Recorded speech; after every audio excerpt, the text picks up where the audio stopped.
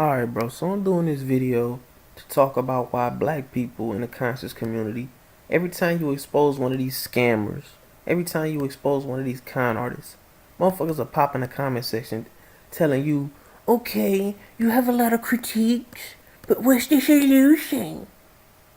You know what I'm saying? Every time, bro, it never fails, man. I'm gonna just use a couple of examples, bro. Like, first of all, I'm gonna mention that I went in the comment section recently and I posted on this video of Wesley Muhammad of the Nation of Islam talking about Malcolm X was in violation of Black God protocol. See, now I'm finna let y'all in on something, bro. I'm just gonna read what I put. I just want y'all to know that every black, you know what I'm saying, quote unquote black organization or movement is infiltrated with agents. Malcolm X was killed by NOI agents hired by the FBI in conjunction with Elijah Muhammad. Biggie was killed by an NOI agent, Amir Muhammad, in conjunction with the FBI and P. Diddy. Khalid Muhammad was killed by NOI agents in conjunction with the JDL, Jewish Defense League, and ADL, Anti-Defamation League. Oh, and didn't Elijah Muhammad have a 13-year-old wife? He didn't have a 13-year-old wife. I'm wrong about that. She was 16, but guess what? He had 9 of them. 9 teenage, you know what I'm saying, baby mamas. Because he wasn't marrying them. He let them get shamed. You know what I'm saying? And this nigga Mike Watts gonna say Biggie was a coon, sellout woman, beater, tranny lover. Alright, whatever. Elijah Muhammad was a pedophile, bootlicking FBI mole that got Malcolm killed. Black people till this day still listen to Farrakhan like he's some type of leader, even though he talked down on Malcolm X. Fuck the NOI. So, you know, all of these people that come to bat for this shit, bro. Like, Mark W. had said 16 is 16 back then and now, still a little too young. You're supposed to be a leader shaping minds and not in that way. I responded, Elijah Muhammad had gotten 9 teenage girls pregnant while Malcolm was on a mission to strengthen the community. You know what I'm saying? And a lot of people got mad at me. Especially this nigga right here, Hunter Reynolds. And Black Goku, which is a subscriber always in the comment section, he said him just making videos providing the actual proof is enough for now. Some niggas really be lost out here and don't be seeing the evilness right in their face. They be needing somebody to point them to the water, but it's up to you to drink. True. And then this nigga Hunter Reynolds says, dude can't even articulate himself in his own videos. Dude never puts out any solutions. Now I want y'all to realize this shit, bro. This is the whole point, bro. This is the whole point, man. You know what I'm saying? I always say this, bro. Niggas don't really want the solutions, man. Niggas don't want the solutions, man. Niggas be fronting, bro. Cause I'm just finna say this, man. Malcolm X gave you niggas the blueprint. But you niggas hate Malcolm X. You niggas don't want to take that route, man. I told you niggas it's either two ways, bro. Two ways, the Malcolm X way or the spiritual pineal gland third eye way, your Merkaba. You know what I'm saying? The Kundalini meditation. After death. That's your only way. But I'm gonna go deeper into detail about the Malcolm X way since you dumb fucks, you black people always in my comment section, man. The Malcolm X way is self-defense, organizing the community, having self-responsibility. Now see, here's the problem with the NOI or Nation of Islam or really anything, bro. Everybody has an ego and doesn't want to address things. When hip-hop was just first starting, nobody wanted to talk about what Afrika Bambaataa was doing, even though a lot of black people knew what was going on. Go to Hassan Campbell's page for information on that. You feel me? He's one of the victims. You know what I'm saying? And for the Nation of Islam, you got Malcolm X. He saw what Elijah Muhammad was doing. They kept it in-house for a while, but didn't nobody say nothing. A couple of people knew. They didn't do nothing. They didn't say nothing. Elijah Muhammad let those sisters get shamed. The NOI had a protocol to where if the women have children out of wedlock, they get shamed publicly. And that nigga let his wife, you know, his baby mamas get shamed, bro. Dishonorable. It's not real man shit. And Malcolm X wasn't a part of that. He didn't like that shit. And then he went over to, after he left the NOI, he kept it a secret for a year. He didn't say nothing to nobody, bro. Niggas be like, oh, Malcolm X was a traitor. He went to the white man and exposing the white man. Bro, y'all niggas avoiding the whole point that Malcolm X, you know what I'm saying, that Elijah Muhammad was doing all this dishonorable shit. That's a cult, bro. That NOI shit is a cult. Really, all of these religions are cults, you feel me? And it was started by a fucking white man. But regardless of that, so all of these people talking down on Malcolm X, right? All of these people, they don't want to take his way, man. The Malcolm X way is just like with Magneto in X-Men. Nobody wants to take that way. Even at the end, all of Magneto's troops in X-Men Apocalypse, they all turn over, you feel me? They all slowly jump in to helping Professor Xavier, which is integration, Martin Luther King's way. The ideologies change right in front of y'all faces. Black people don't want no solution, man. Stop all that bullshit, bro. It's fake, man. Black people don't want no damn solution. Stop all this front. Everybody fronting, bro. Like, it's wild to me because I'm one of the few that really realize this. That all y'all do is ask for solutions, but y'all really don't want them, man. Because it requires a fight. Malcolm X's way requires a fight with respect, not pandering to the white man. Stop all this fake flexing, bro. Like, this is the last time I'm addressing this shit, bro, because I'm starting to make videos on subjects and giving it its own name just so niggas can, like, when they search through my videos, they can see that it's actually called this and they can watch it themselves, because niggas always ask questions like, nigga, you haven't seen all of my videos, bro. That shit make me, that's what's so funny to me, bro. Like, niggas be saying he never gives solutions. That's wild to me, bro. That's wild. Like, I see why niggas become gatekeepers, bro. I really do.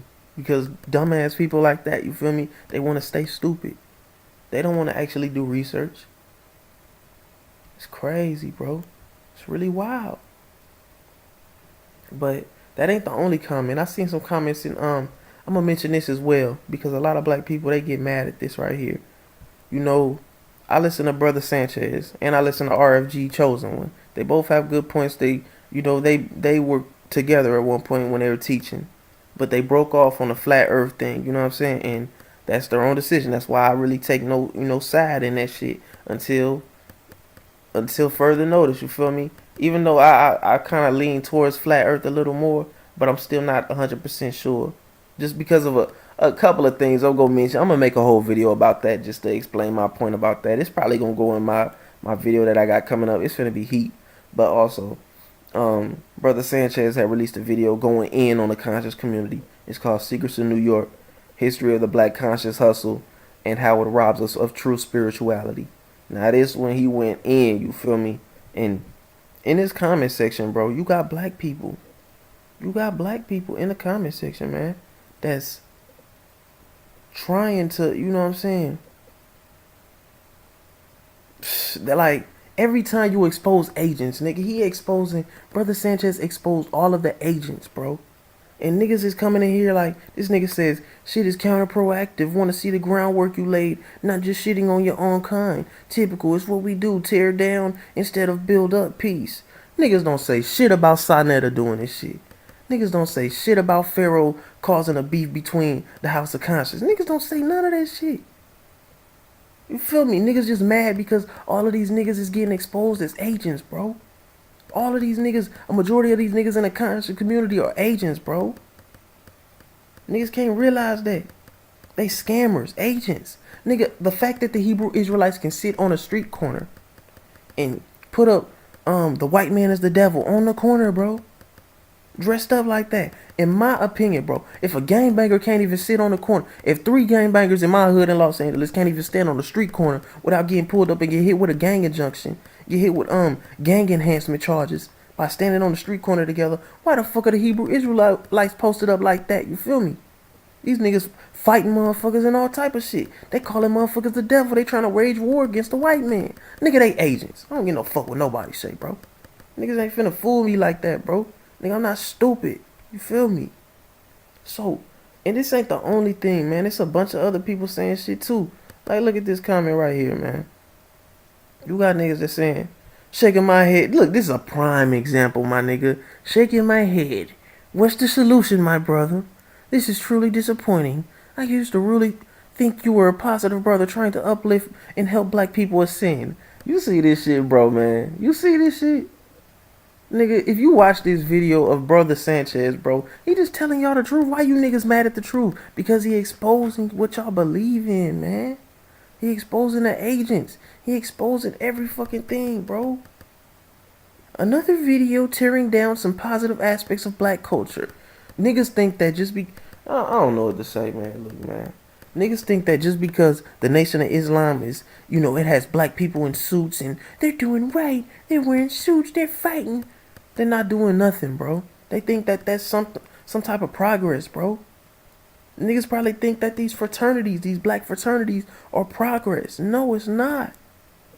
It's another way of keeping y'all out of power. Nigga, those were created by the white men. It's crazy, man. And look, see, bro, see, niggas get mad when you expose they fucking agents. They worship these conscious scammers, bro. Tariq Nasheed, Umar Johnson, Young Pharaoh, Polite, nigga can go down the line, Sonetta, Red Pill, Blue Pill. Nigga, come on now, bro. Come on now, man. Shit is crazy. This nigga said, man, I mean, we are already getting torn down by white supremacy. The few leaders we do have get killed. Our communities are... I could go on and on about how terrible black culture is, but you have a huge platform and choose to use it to enhance the tearing down of black culture instead of searching to point out all the problems. Why not search to create some solutions? Be blessed, bro. I'll block his ass if he was on my channel. I tell you that. You know what I'm saying? Because these niggas come in here with their emotions on their side because they still feel this. Niggas see black skin and feel like, oh, they can't do no wrong. You have to uplift them, even though they scamming you. Even though they showing you that they a spineless snake. You feel me? Niggas still want you to uplift them and treat them with some type of respect because they have the same color as you. Fuck out of here, bro. Nigga, they agents, man. They here to cause confusion. They here to destroy and confuse. You niggas want to uplift these people. Get y'all goofy asses on somewhere, man. See, shit crazy, bro. But I'm just here doing videos, man. I'm just here, you know what I'm saying? And I'm gonna also add Malcolm X's video of him talking about how he knew he was gonna get killed by exposing these things. You feel me?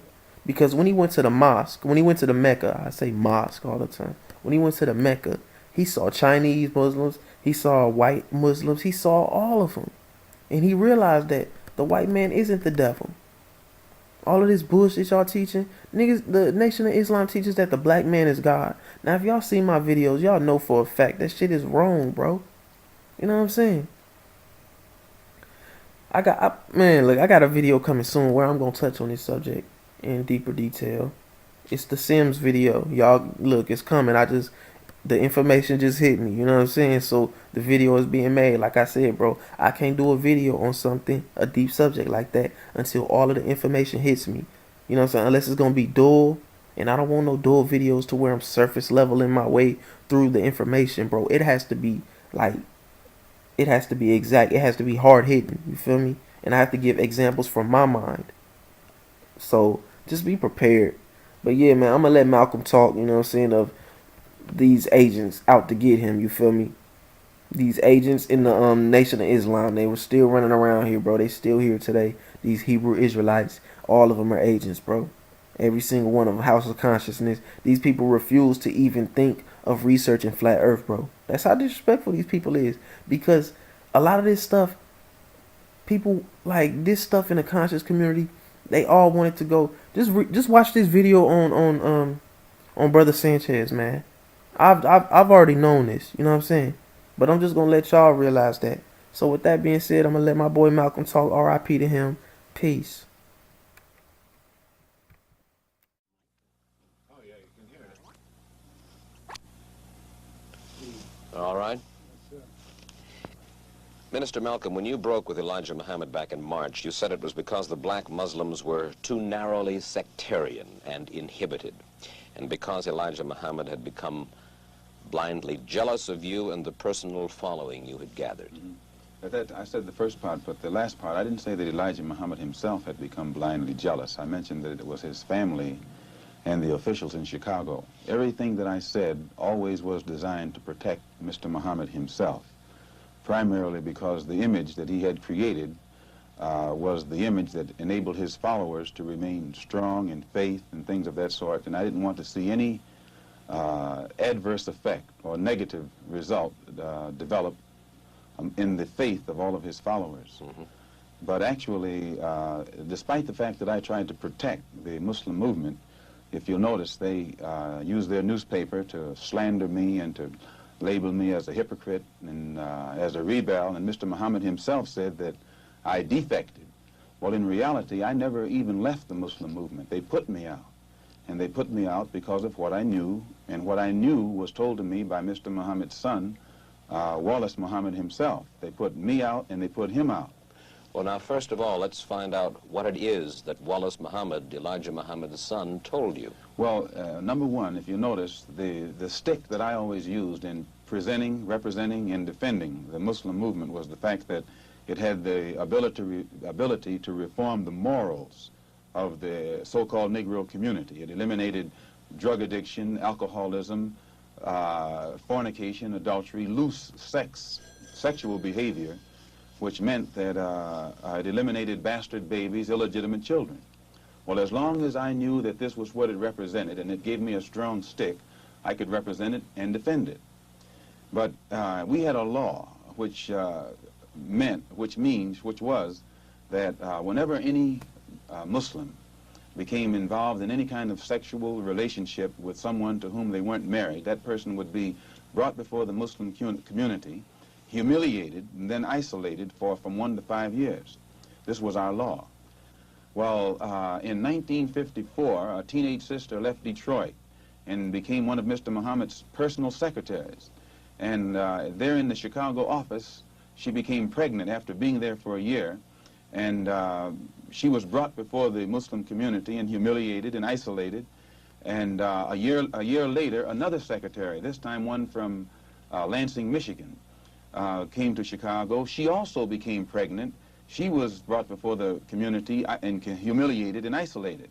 And because the other person was never brought forth during this court session, it was concluded by all of Mr. Muhammad's followers that it was a non-Muslim who was the other party.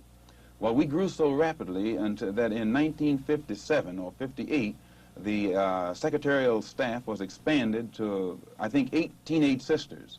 In 1959, 6 of them disappeared. 2 of them reappeared in Philadelphia about 2 or 3 months later, and they were all right. The other 4 reappeared in 1960. All 4 of them had babies. All 4 of them had become involved with someone and become pregnant and had these children. So it was, from what I now know, when the 4 of them got back to Chicago and began to compare notes, they found that the same man had told all of them the same story and had made all of them pregnant, that the same man was the father of all 4 of their children and had also been the father of the children brought forth by the 2 secretaries who preceded them. So this story was kept among these sisters until 1962. 2 of them rebelled against the person who was responsible and began to tell the story all over the city of Chicago. It caused many of the Muslims in the Chicago mosque to leave and go back out in the street. They knew it, and I knew nothing about it until 1963 when Mr. Muhammad's son, who had been in prison, came out, and he had been a minister, and he was very religious and spiritual. And when he began to hear these rumors around Chicago, he went to one of the sisters, and the sister admitted to him that the rumor was true. And it was he who first told me about it. And when he told me about it, I wrote to Mr. Muhammad and told him about it, and he admitted that he had a knowledge of it, and that he'd given me a religious explanation that would fit into prophecy and all of that. So I was quiet. And it wasn't until October of 1963 that it came up again. And when it came up again, I realized that the same person who had made these other sisters pregnant was still busy doing the same thing. He hadn't stopped. 2 of the sisters had 2 children by the same man. And one of those 2 sisters was pregnant still, getting ready to have a 3rd child by the same man.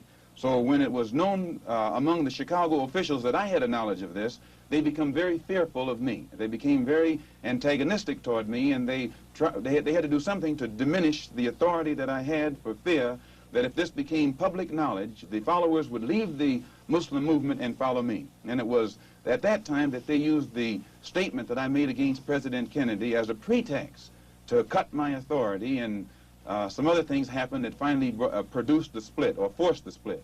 And when I made the split, the only reason that I didn't make this public knowledge was I knew the implications, and I felt that if the Muslims who were in the Nation of Islam knew it, that which enabled them to be so strongly religious and exercise moral discipline would be shattered, and it would cause all of them to go right back and start doing the things that they had been doing previously. Who is the father of all of these various children whom you have enumerated? The first one to tell me who the father was Wallace Muhammad, and he told me that the father was Elijah Muhammad himself. One of the sisters, he went to the home of one of the sisters, and when he walked in the door, she said, "I want to let you see something." And she showed him her child. She said, "Here's your brother, and your father is the father of this child." And then I questioned the sisters myself, because I was shook up. And they admitted to me that Elijah Muhammad was the father of their children. And I took it to him. And it was at that time he told me that he was Muhammad, the prophet, and that Muhammad had 9 wives. He also told me that he was David. He was the modern David, and that he was the modern Solomon, and that it was meant for him to fulfill today all of the things that they did back there. And how many of these illegitimate children did he father with the sisters? Well, he made 6 sisters pregnant. They all had children. 2 of those 6 had 2 children. One of those 2 is having a child right now. I am told that there is a 7th sister who is supposed to be in Mexico right now, and she's supposed to be having a child by him. For one thing, when you first separate from your wife, it's a physical separation, but it's not psychological. You still have feelings for her, and you protect her. But after the physical separation has taken place for a while, it becomes a psychological separation. It was the same way with me and the Muslim movement. When I first separated, it was a physical separation, but my feeling was still there. And it was only after my trip into the Muslim world and in my pilgrimage to Mecca that I really was able to exercise the objective approach to it that enabled me to see that something had to be done to bring this to light. Otherwise, a whole lot of innocent people would be killed needlessly. Well, these revelations that you are now making about Elijah Muhammad, what effect should they have on his following? Well, I very much doubt that any of his followers who really are aware of what he has done would continue to follow him. He may try and justify it by saying that he's a Muslim, and that a Muslim has a right to these wives. If this were the case, these sisters should not have been humiliated. These sisters have been looked upon for the past 5 years, or 6 years, or 7 years as being guilty of having committed fornication. They have been debased. They have been degraded. I have heard him himself refer to them as having disgraced him. So if they were his wives, he should have given them a position of respect so that all of his followers would respect them and that they would have the protection of his followers today. Well, do you feel that you then perhaps now should take over the leadership of the black Muslims? No, I have no desire to take over the leadership of the black Muslims, and I have never had that desire. But I do have this desire. I have a desire to see the Afro-American in this country get the human rights that are his due.